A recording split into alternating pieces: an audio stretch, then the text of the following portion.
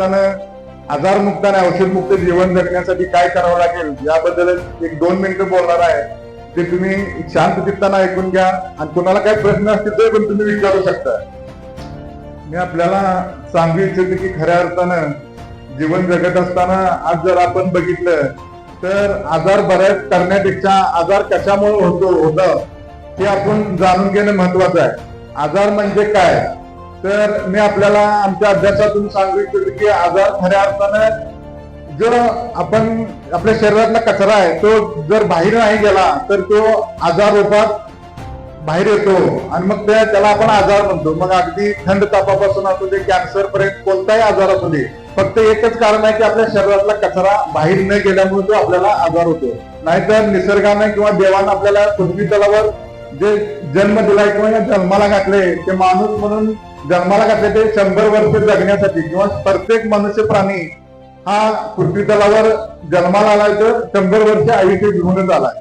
आपण काय खातोय कधी खातोय किती खातोय या आपल्या सवयीमुळे आपल्याला आपण आजार ओढवून घेतोय.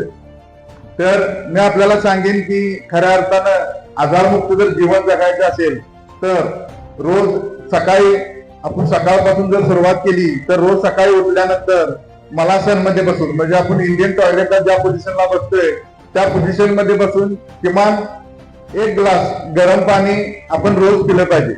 ते पण उठल्या लगेच अगदी अंथरून म्हणजे आपण आंघोळ केल्यानंतर किंवा तोंड धुवून असं नाही.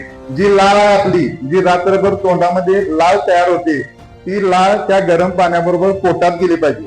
ती लाळ ज्यावेळी पोटात जाते गरम पाण्याबरोबर त्यावेळी आपलं पोट साफ होते आणि ज्यावेळी पोट साफ होते त्यावेळी कोणताही आजार आपल्याला होत नाही. बघा तुम्ही बऱ्यापैकी ज्या माणसाचं पोट साफ होते किंवा ज्याला पोटाची तक्रार आहे अशाच माणसांना आजार जास्त असतात. आणि आपल्या उपचार केंद्रामध्ये अगदी थंड तापापासून कॅन्सर पर्यंत सगळ्या आजारावर उपचार केले जातात. त्यामध्ये तुम्हाला जर सकाळी उठल्यानंतर तुम्ही गरम पाणी प्याला त्यानंतर पहिले काम काय करायचं लक्षात घ्या. गरम पाणी प्यायचं. गरम पाणी पिल्यानंतर सकाळचं आपलं जेवण आहे सकाळचं असो किंवा दुपारचं आपण 2 टाइम जेवतो कोण 3 टाइम जेवत असतील. बऱ्यापैकी 2 टाइम जेवणारी माणसं आपल्यात बरीच आहेत आणि दुपारचं जेवण हे 12 ते 1च्या दरम्यान करा. दुपार किती पण वेळ होते त्याचा विषय नाही. फक्त दुपारी जेवणाच्या आधी फळं खाणं हे सगळ्यात महत्वाचं आहे. अगदी जे आजारी माणसं आहेत ते तिने तर करावंच पाहिजे आणि ज्यांना वाटते आपल्याला भविष्यात आजार होऊ नये त्या माणसाने पण किमान वजन समजा 50 किलो वजन असेल तर 500 ग्रॅम फळं खाणं हे महत्वाचं आहे. पहिल्या जेवणाच्या पूर्वी 500 ग्रॅम फळं खाणं. मग फळं कोणतेही असो अगदी तुमची काकडी असो टोमॅटो असो बीट गाजर हे असो किंवा केळे असो सफरचंद असो चिक्कू असो कोणतेही फळ असू दे पण ज्याचं वजन 50 किलो आहे वजन गुणिले 10 ग्रॅम मध्ये करून ते 500 ग्रॅम फळ खाणं महत्वाचं आहे. हे पहिल्या जेवणापूर्वी. आणि जे संध्याकाळचं जेवण सगळ्यात महत्वाचं औषध लक्षात घ्या.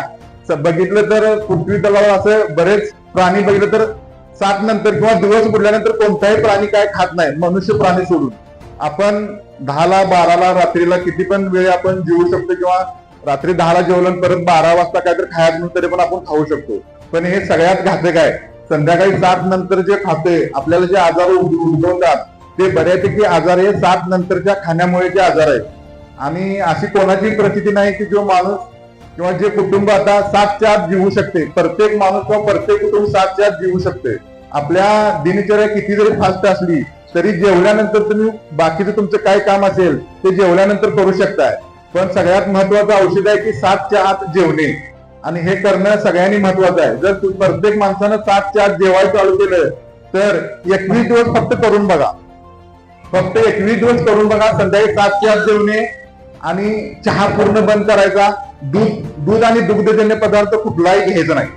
हे जर 21 दिवस केलं तर तुमचं शरीर तुम्हाला सांगेल तुमच्यात काय फरक पडलाय. मग तुमचं अंगदुखी असून दे बीपी असून दे शुगर असून दे माझ्याकडे यायची सुद्धा गरज नाही. कुठल्याही डॉक्टरकडे जायची गरज नाही. लक्षात घ्या. हे फक्त 3 नियम पाळलेत. सकाळी उठले की गरम पाणी पिणे संध्याकाळचं सकाळी उठले की गरम पाणी पिणे नंतर फळं खाणे म्हणजे वजनाच्या प्रमाणात फळं खाणे जेवायच्या आधी. संध्याकाळचं जेवण 7च्या आत करणे. दुग्धजन्य पदार्थ बंद करणे. चहा पूर्ण बंद करणे. चहा म्हणजे विष आहे. लक्षात घ्या सर्वांनी. चहा म्हणजे विष आहे. त्यामुळे चहा कुणीही पिणे लहान मुलांना तरी अजिबात चहा देऊ नका. आणि तुम्ही पण सगळ्यांनी महिला इथं आहेत तुमच्या हातात अख्ख्या कुटुंबाचं भवितव्य आहे किंवा अखंड कुटुंबाचं आरोग्य तुमच्या हातात आहे. त्यामुळे चहा पूर्णपणे बंद करायला पाहिजे. तसेच आता बघितलं तर बऱ्यापैकी सगळ्या घरामध्ये आपण बघितलं तर चपाती खाली जाते, पण गहू हा प्रत्येकाला घातक आहे. प्रत्येक मानव प्राण्याला गहू खाणं हा घातक आहे आणि बऱ्यापैकी सर्रास आता चपाती खातात. लक्षात घ्या, चपाती खाणं बंद करायला पाहिजे. जरी कुणाचं बंद होत नसेल तर लक्षात घ्या, गहू जर 10 किलो दळत असला तर त्यात 1 किलो हरभरा डाळ घालणं गरजेचं आहे. म्हणजे 10 किलो गव्हाच्या मागे 1 किलो बेसन पीठ हे जर मिक्स करून खाल्लं तर त्याचं घातक नाही असं नाही, फक्त प्रमाण कमी येते. म्हणजे 80% आपण त्यापासून दुष्परिणाम होणार नाहीत. जे 100% होतात ते 20% राहील, असा विषय आहे. त्यामुळे शक्यतो जेवढं टाळता येईल तेवढं टाळणं गरजेचं आहे. पण टाळताच येत नसेल तर गव्हाच्या पिठामध्ये 10 किलो गव्हाच्या मागे 1 किलो बेसनचं पीठ मिक्स करून ते खाल्लं तर चालेल, असा विषय. आणि आपण बघितलं तर आठवड्यातनं 1 दिवस उपवास करणं हे काळाची गरज आहे. आता 24 तासाचा उपवास करायलाच पाहिजे. बऱ्यापैकी महिला उपवास करतात, पण उपवास केले की चिप्स खाणे, बरेच प्रकार खातात, शाबू म्हणा, बाकीचे बरेच आता नवीन मिळते पॅक फूड खाणे, ते सगळ्यात घातक आहे. ते जर टाळलं आणि आठवड्यातनं 1 दिवस उपवास केला तर कोणताही आजार होणार नाही. बऱ्यापैकी मला वाटतं महिला नवरत्न बसतात. आपल्या इथे भैरोबाचं देवस्थान आहे, त्या भैरोबाच्या देवस्थानाला नवरत्न बसतात. ज्या महिला खरोखर नवरत्न कडक करतात किंवा नवरत्नामध्ये चहा आणि दूध घेत नाहीत, असं जर कोणी नवरत्न केलं तर त्यांना वर्षभर कोणताही आजार होणार नाही. आपण धार्मिक देवाचं नाव घेऊन नवरत्न बसतो, पण लक्षात घ्या, जे खाणं त्यांनी फक्त फळं खाली त्या 8 ते 9 दिवसामध्ये आपण, तर वर्षभर कोणताही मोठा आजार होणार नाही. आणि नवरत्न माझं तर मत आहे, घरातल्या एक व्यक्ती बसते आपल्या इथं उमऱ्याला, म्हणजे एक व्यक्ती बसतेच, पण घरातल्या सर्वांनी नवरत्न करावं. वर्षभर कोणताही आजार होणार नाही. फक्त त्या नवरत्नामध्ये साखर दूध हे टाळायला पाहिजे. तेवढं केलं तर, फक्त फळे खायची 9 दिवस, तेवढं केलं तर महिलांना कोणालाच कोणताच आजार होणार नाही, मोठा आजार होणार. जरी थंडताप झाली तरी ते 1-2 दिवसामध्ये तुम्ही कव्हर होऊ शकता. अन्न हेच औषध आहे, काही नाही. तुम्हाला माझ्याकडे यायची पण गरज नाही. फक्त तुम्ही हे जर नियम पाळले तर तुम्ही घरच्या घरी तुम्ही कुठलाही आजाराला बरा होऊ शकते. घरच्या घरी तुम्ही तुमच्या फॅमिलीला बरं करू शकताय. अशा प्रकारे अजून तुम्हाला काही शंका असतील तरी पण तुम्ही मला विचारू शकताय.